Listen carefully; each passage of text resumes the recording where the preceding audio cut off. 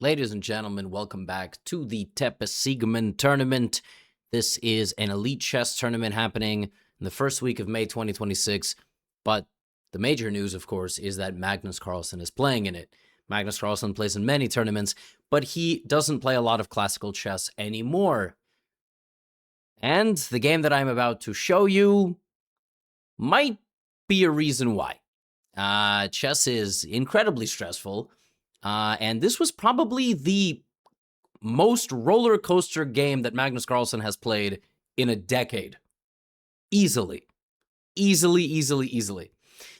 opponent in this game is the strong grandmaster from the Netherlands, Jordan van Foreest, and he actually worked on the team of Magnus Carlsen. There is a video on YouTube of the team of Magnus. It's Jordan, guys like Daniel Dubov, Fressinet, Nielsen, and yeah, they just hung out in like a resort during the last World Championship that Magnus played, which was in 2021, and all of them played against each other. Yeah, since then, well, I mean, they've had opportunities to play, and here you go. So Jordan opened up with e4. Magnus responded the most combative way, the Sicilian defense, and then he went for d6. And from the opening, he did not play a dragon with g6. If you play d6 and knight f6, 9 times out of 10 at the elite level, you are going for a6. You are going to play the Najdorf Sicilian. You also can play the classical Sicilian, which is the 4 knights, but with the pawn on d6. The 4 knights with the pawn here is literally called the 4 knights. A little bit confusing, but that's the way it's called. Magnus goes here. Now, in the Najdorf Sicilian, I say this every time there is a Najdorf Sicilian featured in a game between two elite grandmasters. White here has no less than like 20 options on this move.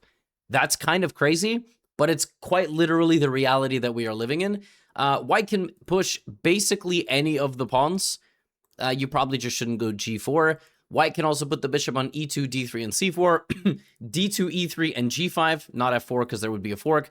White can play queen d2, queen d3, queen e2, queen f3, and even rook to g1, and even retreat the knight basically anywhere.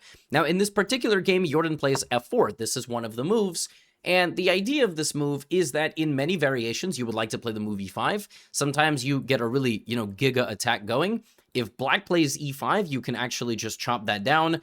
And yeah, I have a friend who has used the move f4 with great success at 2400 level, winning some games against international masters and grandmasters. And Magnus pauses for a think here and plays the move e5 indeed.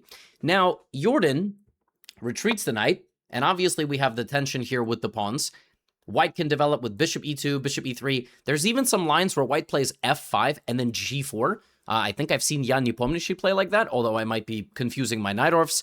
But after bishop e7, Jordan doesn't go bishop e2 or bishop e3. He takes, and does this. We just swap the queens on the 9th move of the game. How dare he? He's entering an endgame against the best endgame player, probably of all time. You dare use my own spells against me, right? Well, he develops the bishop, and so does Magnus, after 25 minutes of thought. That is never a good sign.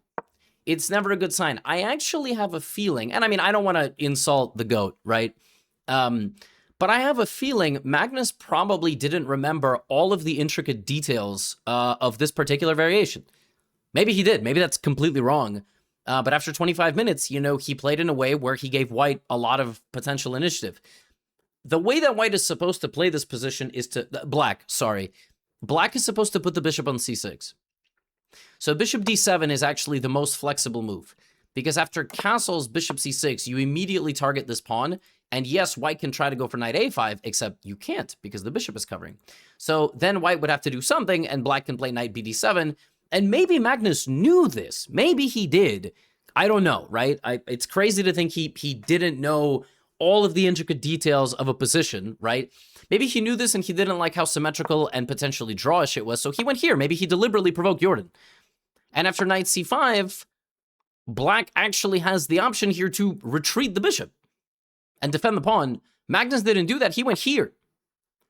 So at this very moment, we are looking at a spot where Magnus is sacrificing his b pawn, potentially allowing the doubling of these pawns, right? Like knight e6, And there is a very legitimate chance we'll get a position like this. Very dynamic, knights versus bishops, strange pawn structure. So Magnus is playing very creatively, but he's down an hour. If you go back just a few of these moves, I mean, we just started the game. Magnus played 5 moves without thinking, and in his next 5 moves, spent an hour.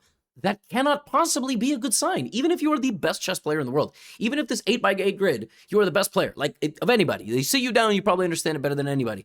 It's probably a bad sign. Now, Jordan thinks for 35 minutes, which is very normal in this day and age. And it's one of the things I hate about classical chess is that you have to then spend half an hour understanding why you memorized what you memorized. Everything that Jordan played until this point was memorized with engine analysis, and now he has to navigate the waters.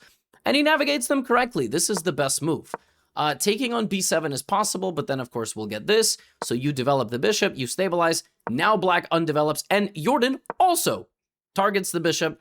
And the point is that if black were to retreat, let's say here, well, white just has a lot more development. White will castle and maybe play h3, and then start jumping in the pieces into the board. Magnus gives away the bishop and damages Jordan's pawn structure. But in doing that, the b file will be open, and white still has a lead in development. And when you have a lead in development, you can capitalize on that with something called initiative. Initiative in chess is a series of moves that you make that create threats to the opponent and also improve the placement of your pieces at the same time. So bishop d7. Now, if I'm playing with white here, I'm looking at short castle. If you're a beginner, intermediate, castling here, probably the way to go. Moving the knight again to attack that pawn, probably not the way to go. Or is it? Bishop c6, rook b1.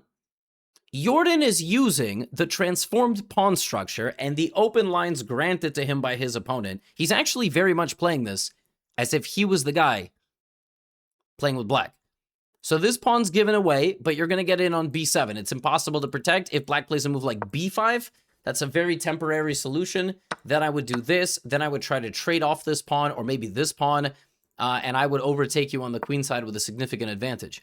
So we have bishop e4, takes, and rook takes b7. Now, if you give this position to a beginner or an intermediate, and I ask you, what should black do here?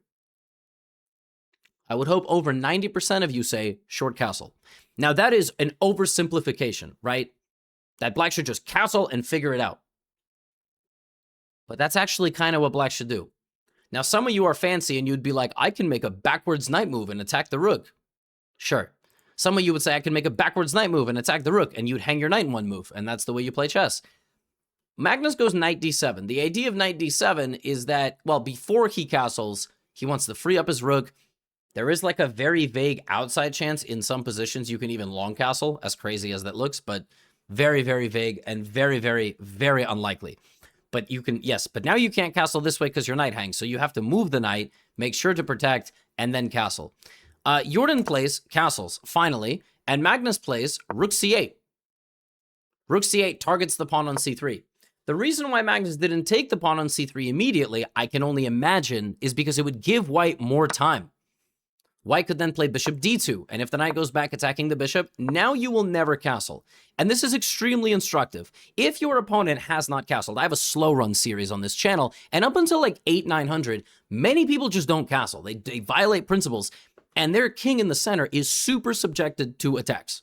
It's very, very vulnerable to these types of attacks. That's why Magnus didn't take the pawn on c3. He goes rook c8, but Jordan plays c4, and now we have a problem. Because in this position, the plan that Magnus had was to play knight to f6 and then castle. And he is a move away from getting that done. But he totally missed a ghost move. A move that simply looks impossible. Knight to c6. Maybe he saw it coming after he had reached this position, because I never want to say he missed this. Maybe he missed this from a distance. I doubt he missed it over the board. Maybe he did. I have no idea. The problem with this is that if you castle, I fork you. So, black, actually, instead of just losing everything, has to give away the knight, has to give away the rook, give a check, allow the check, and lose this rook. Magnus Carlsen is down in exchange against Jordan van Foreest. This is crazy. Jordan's winning, and Magnus has 4 minutes on the clock. 4 minutes to play 18 moves. because on the 40th move, they get bonus time. This is probably the worst position Magnus Carlsen has had in 20 moves in a classical game since he was like in his 20s. And he's like 36, I think. 36 this year, I believe. 35 this year. Whatever, doesn't matter.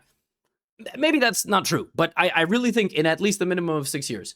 I cannot remember the last time. He grabs this pawn on c4. Now, here with white, you are trying to obviously promote one of these two pawns. That's going to be really difficult. If all of these pawns get swapped off, the board rotates in this direction, and it's going to be a lot harder for you to win.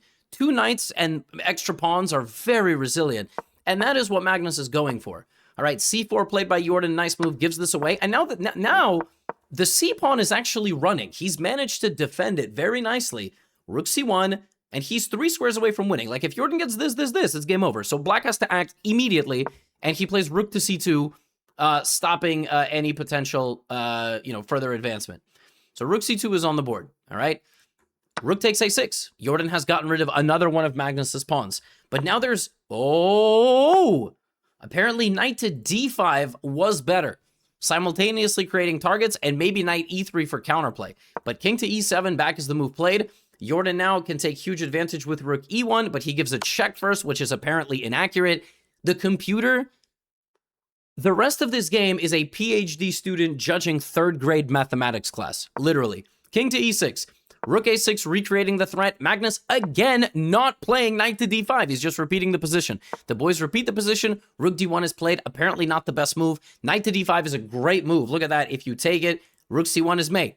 So Jordan has to go with a check. Very nice idea. If you take my bishop, I take your knight with check. Magnus doesn't blunder that. All right.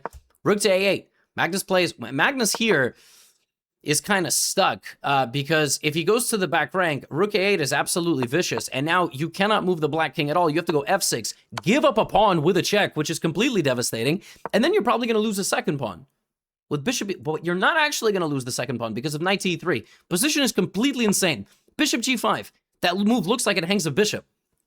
It kind of does, but then you would take the knight. The knight is still hanging. So we have rook takes c5. Magnus grabs Jordan's pawn. Now Jordan has 2 pawns on this side of the board that are probably not going to ever break through. Bishop back all the way to c1. The position is now once again equal, but apparently not after the move pawn to h6. Apparently not pawn to h6. You have to go knight ef6 and just immediately establish a defensive position. Everything protects everything. The king tries to go here, but after rook a7, you're not able to do that because your king is always going to be subjected to attacks. h3, passing the move back. Rook b5. King h2, apparently a bad move from Jordan, who now, from 30 minutes up on the clock, is down on time. Knight back to f6, rook to d3, and now both guys have made it to the 40th move, and I'm pretty sure they get bonus time. So now they have a lot of time to play this endgame, and Jordan is going to have to find a way to break through. The way white wins this is by simplifying. You're not going to checkmate black with these pieces. There's too many. If you trade a pair of rooks and you win the pawn and you get rook versus knight purely is a draw, provided the knight is close to the king. But with extra pawns, anything is possible. So Jordan's going to try to beat the goat of endgames. Rook g3, Magnus plays knight h5, rook c3 trying to trade the rooks. Magnus says no thank you. Now we play rook c2 preventing the infiltration. Magnus passes back the king move. Jordan positioning himself, looking for something. Rook e2, bishop c3, can't really find a way through. Oh, maybe that's the way through. Okay, the rook has to move. Jordan goes bishop d4, and he manages to trade the rooks. This is a big win, but still black has very good defenses. Knight h4 for Magnus. But now bishop d2. Here the move g4 apparently was very strong. And the point is that you go for bishop f2, target the knight, which now cannot return here. And after bishop f2, the king can come here with g4, and then h4, and then h5. That's apparently the way you do it. Jordan doesn't play it and loses the pawn on g2. So Jordan has 1 pawn left. Let me be very clear. If Jordan loses that pawn, he's never winning this position, ever in a million years. So Magnus has actually fought back. Jordan needed to play g4. I'm not sure what he didn't like about this move, but he doesn't play g4. He probably thought Magnus's pieces were going to be super stuck. But now comes e4. And knight f3 is possible, hitting the bishop and giving away the knight. It looks like the knights are just stuck. The king is touching both knights. They can't be, parted. So we have rook to a7. Magnus goes king g8. And Jordan has blundered a draw because the pawns and the knights are all working together. How on earth is Magnus doing this? Makes no sense at all that his remaining pieces are able to defend each other this well. Bishop takes, knight takes. This has to be a draw, right? in all likelihood, this endgame is a draw. But I did tell you, with extra pawns on the board and the king far away from the knight, it's not so simple. With black, you think you put the king here, the knight on, the knight on f6, but white is going to put the king on f5 and try to get in with the rook and then try to put the king on g6. It's not so simple. King h7, Magnus trying to defend himself. King g6, rook e5, knight f5 check. And apparently knight d4, straying away from the position was wrong. It was better for him to play h5 check, and if the king went to f4, to snuggle on that square. So Magnus needed to keep the knight close to the king with h5 and knight h4. Instead, he wanders this way, and before you know it, he makes a mistake, and he's losing. So apparently king h7 was incorrect. Maybe throughout this point, the king and the knight are already so far apart that the knight is trappable. A rook could trap a knight. A rook could be put on a square where the knight is not going to have enough mobility. Knight d4 is apparently inaccurate. Right here, the position is back to equal if black plays king to g6 on low depth. Maybe it's not. Maybe on table base it's still winning. But knight c3 is a big mistake. It's a big mistake, and after king to f5, the knight cannot come back. It can only go via e2 potentially. So Magnus is just sitting on top of a horse, walking through the fields, overlooking a Norwegian fjord. Like, he's just on top of a big mountain. He's overlooking it, strolling through like typical Norwegian things, picking berries or mushrooms. I have absolutely no idea. I don't know what they do over there in Norway. Rook e7 is a mistake. Instead of rook e7, rook d3 was the best move, and the knight is like borderline stuck. It's like not getting out anytime soon. And, you have like this, and then the knight tries to escape this way, and you have king e4, and apparently the knight, like, geometrically will try to come back, but he can't. It's gonna scramble over here. There's gonna be some sort of, like, king move, like rook c4, rook c6, and then, the knight's just stuck. But okay, both guys have less than 2 minutes. So we have rook e7, which apparently is the wrong move. Rook e7 is incorrect. We're on the 68th move at this point. Knight d4 check, king f4, king g6, rook e4. But the game apparently is a draw again. But knight b5. Rook c4. Magnus goes for a crazy complication. I think here, he had to go king g8 maybe. That was his better chance, I think. But okay, it's back to winning. Rook c4. Magnus goes king h5, allows the fork here with rook c5 check, but then there would have been a g5 counter. So Jordan is winning once again, but not with this move. Jordan blunders a draw again. Here, he needed to play rook c5. And then basically wherever the knight went, like a7, there's some insane line where you get the same position, but it's black's move. So like rook c5, knight a7, yeah, if you look at this, it's like rook c6, knight a3, rook c3, knight b5, and then you like come back. You gotta like walk the king over. It's so complicated here. Knight a3 is back to a draw apparently. Rook to d4. The knight continues to attack. Rook d3, king h4, and Magnus has made a draw. He's basically made the draw. He needs to now go back with the knight. There's no way to trap the knight. If the rook was on c5, he would trap the knight. But by that point, black would be running down the board with his pawns. So Magnus has saved the game. But here, he needed to go back. Because if he went back, it would be a draw. But he goes forward. And now, after king f5, there is no move for black. See, if black starts taking the pawn, there's rook c3. That's the problem. He took away his own idea. Now the knight goes to b1. Rook c4 check is the winning move. Jordan doesn't play it.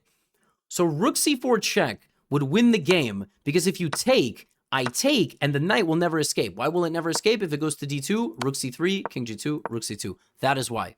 So that is why. Rook c4 wins the game. Jordan doesn't play it, and for like the 14th time, the game is a draw, apparently. Now Magnus only draws with the move g4. Pawn takes, king f4, king h5. I don't even know how I'm supposed to explain that to you. He goes knight a3, and once again, Jordan doesn't play the best move. He plays a good move. Rook c5 was winning, and in this position, rook a2 once again is a draw after knight c4, and Magnus has to run back this way, not to d6, where he would be susceptible to checks and potential things like this. Apparently knight d6 is losing to rook c5 check. Knight b6 is a draw because knight d6 loses to check here, rook c6, and then there's mate, and then like knight f7, there's rook f6. But if you put the knight on b6 in this position, If you put the knight on b6, then after rook c5, king h4, rook c6, this is check. And you don't get to mate me. This is so sick. So Magnus goes here, and that's losing. That's losing because of rook to c3. There now is no knight to b5. Rook c5 like this. Knight b1, very instructive. The knight is on its worst place square on the first rank in this type of endgame. And Magnus Carlsen resigned right here because the knight is stuck. It only has 3 moves. Knights on the rim, knights on the corner, they're bad. They have a lot less movement. But when you go to b6, you can go to a8, c8, d7, d5, c4, a4. But once you get to that first rank, Magnus resigned. He's got nothing here because in this position, you will just lose. Rook d1, and that's game over. And you don't have enough time. Magnus Carlsen going down to Jordan van Foreest. An amazing win for Jordan. Probably his first in classical. Maximum his second. Definitely, I think, his first. Breaking, I don't know. I don't know what Magnus' streak was. I can't imagine it was extremely long. Probably since Gukesh. Probably the last time Magnus lost in classical was the table slam game against Gukesh. And that was a 20-minute recap of an insane game. 90 moves, and Jordan wins. Just sensational. And we have three more games to go. We have Erdogmus versus Grandelius, and Grandelius is having a tough tournament. He has as many points as me, and I've sat here, okay? Erdogmus opens with e4.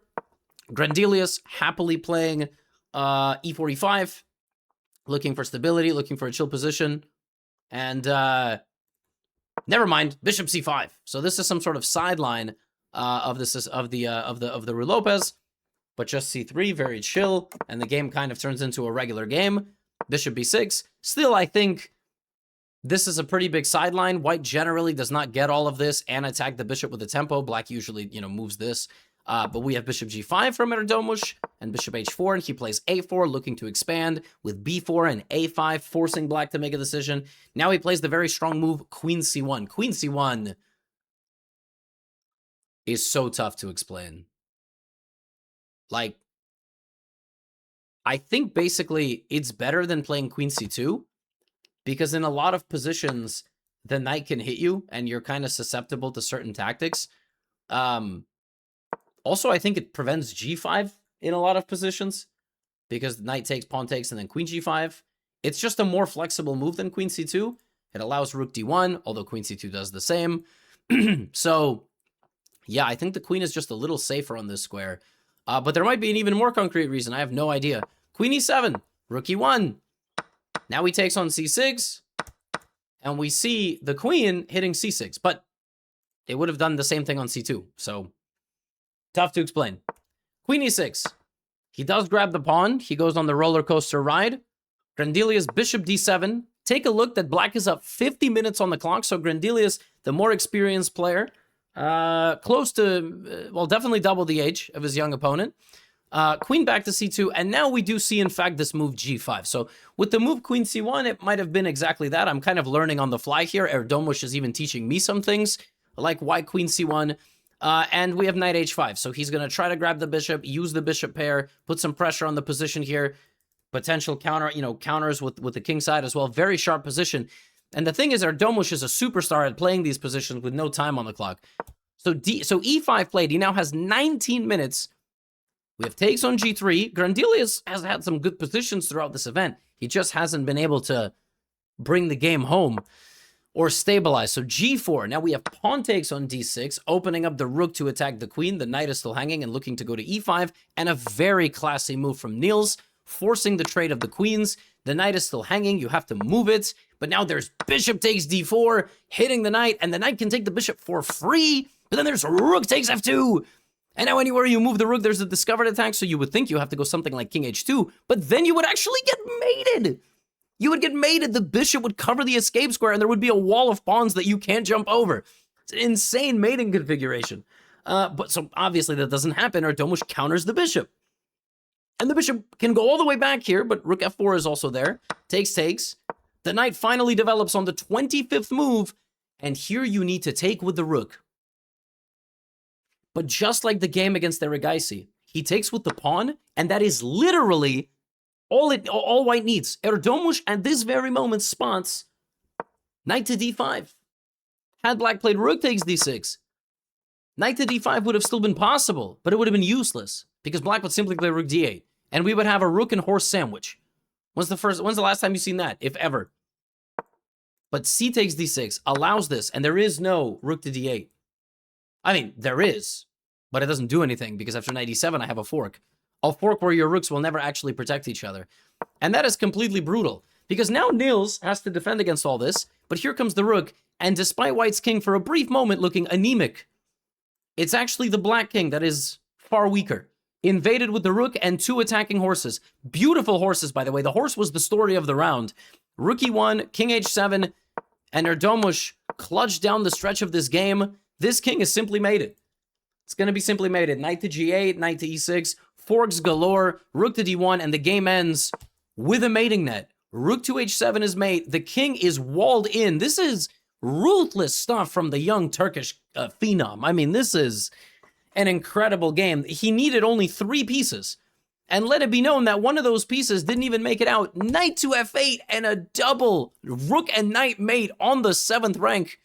Insanity. I mean, like, what a game. He got the knight out on the 25th move. 25th move, and then it went here, and then the rook came, and that's all it took. The game literally ended with only rooks and knights moving. And, okay, king h2 had to get out of the check, yes. Out of the danger. Incredibly impressive winner. Erdogmus now 3 out of 4. He hasn't played Magnus yet, and now Magnus has officially tasted blood in his mouth. So he's probably going to be quite alive. He is, yeah, I think he's going to be in really aggro shape. Jiner versus Andy Woodward. I have hyped up Andy throughout this event. We are going to get another Najdorf here, and I said there are a million moves. Jordan played f4. She plays bishop d3, which is also a move that Jordan has played before. Jiner is having a tough event. Everybody's going to try to play for a win, but in this game, she shows very nice preparation in the Najdorf. Very nice. Knight to d5, played after some time. That is a pawn sacrifice. There are other moves here. I don't actually know. In the database, this is already quite a rare line. Bishop d3 followed by, bringing the knight back like this. Andy just developed his pieces. After knight d5, black needs to play knight takes and then grab like this. I think Andy here thought for a long time and was like, I'm going to play out of the preparation of my opponent with bishop takes followed by knight b4. The problem with playing in the Najdorf Sicilian to get out of your opponent's preparation is that very often the position is just immediately lost. And it's immediately lost. White is just threatening a3, so black has to act. He goes g6, she goes here, black is still threatening a3. White is still threatening a3, rather. And there's actually no way to stop a3 at all. a3 is just winning the game on the spot. He goes here. What's amazing is that a3 is not even the best move because there would be rook to d4. You actually have to play f4 or bishop g5 here. And Jiner is up to the task. I mean, she's like, yo, there is no way this can be good. Like, okay, I have half out of 3, but like, I mean, come on. What are you doing? What is this? Knight b4, rook c4. You're playing like GothamChess out here, Andy. e4, now a3. And now there is no rook d4. Now the game's lost. I can literally just move on here. Andy sacrificed the rook, won the pawn back. But the problem with this position is that you are winning with white, so now you don't just play a slow, chill game. You absolutely wallop the opponent. You just hunt them down. You attack the pawn. He has to defend the pawn. He's not even going to defend the pawn. He has to castle his king. Bishop b2. And you simplify. You simplify. You're going to win the e-pawn. Queen d3, queen d6, g4. And just chill. Super chill game. Super chill. We just go to a completely winning endgame. Queen e7 is an amazing final move. f6. You're gonna get that back, and then you're gonna queen this pawn. Yeah, that was one of the worst games of Andy Woodward's career, maybe. I mean, that just like crazy game. I think in the opening he was caught up with this move knight to d5, and sometimes when you know the best move is to take, but you don't remember everything because obviously he's like, oh my god, my opponent's really well prepared. I have a feeling he just like rolled the dice. He was like, I'm gonna get out of her prep, and sometimes in the Najdorf, that's just like that you lose. You just lose, and this is so wild, in modern chess, like this is a 2640 GM. He is a monster chess player. It happens. And Jiner was like, what are you doing, bro? F4, A3, just piled it on. Very nice win for her. she gets a win. And it's now looking like there's going to be one person struggling in this tournament. And Niels has to get on the board. Now we have Nobbeck versus Erigaisi. And disregard that. This was a Queen's Gambit declined. A variation played many, many times. Bishop f5 is a very popular line, trying to develop the bishop, before doing anything on the queen side. Knight e2 is a very edgy way to play, not developing to the typical square, but before you know it, he's still going to find a way to develop the knight, just in a slightly more weird way. And actually, Nobbeck gets a really nice position. He trades the light squared bishops, and then they trade like this, and now Nobbeck is going to castle and try to do stuff on the queen side. Normally in this structure, white does what's called a minority attack.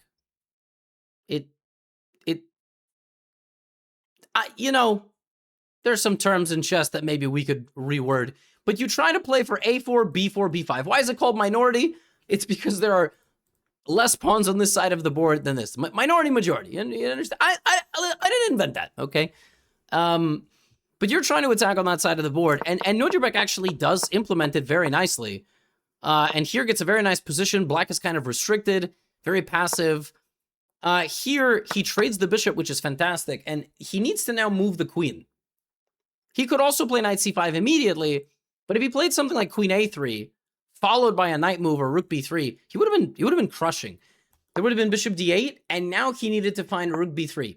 If queen a5, this position is very good for white. These pawns are very soft. b4 is there, rook a1 is there, knight c5, knight e5 is there. Very bad position for black. He needed to be patient. He wasn't patient. He's still better. Even queen b7 apparently here is a better move. Knight c5, and right here, he has probably still the best position that he's going to have. He plays it slowly. Bishop d6, improves the position. Knight c5, it's a dominant rook endgame position.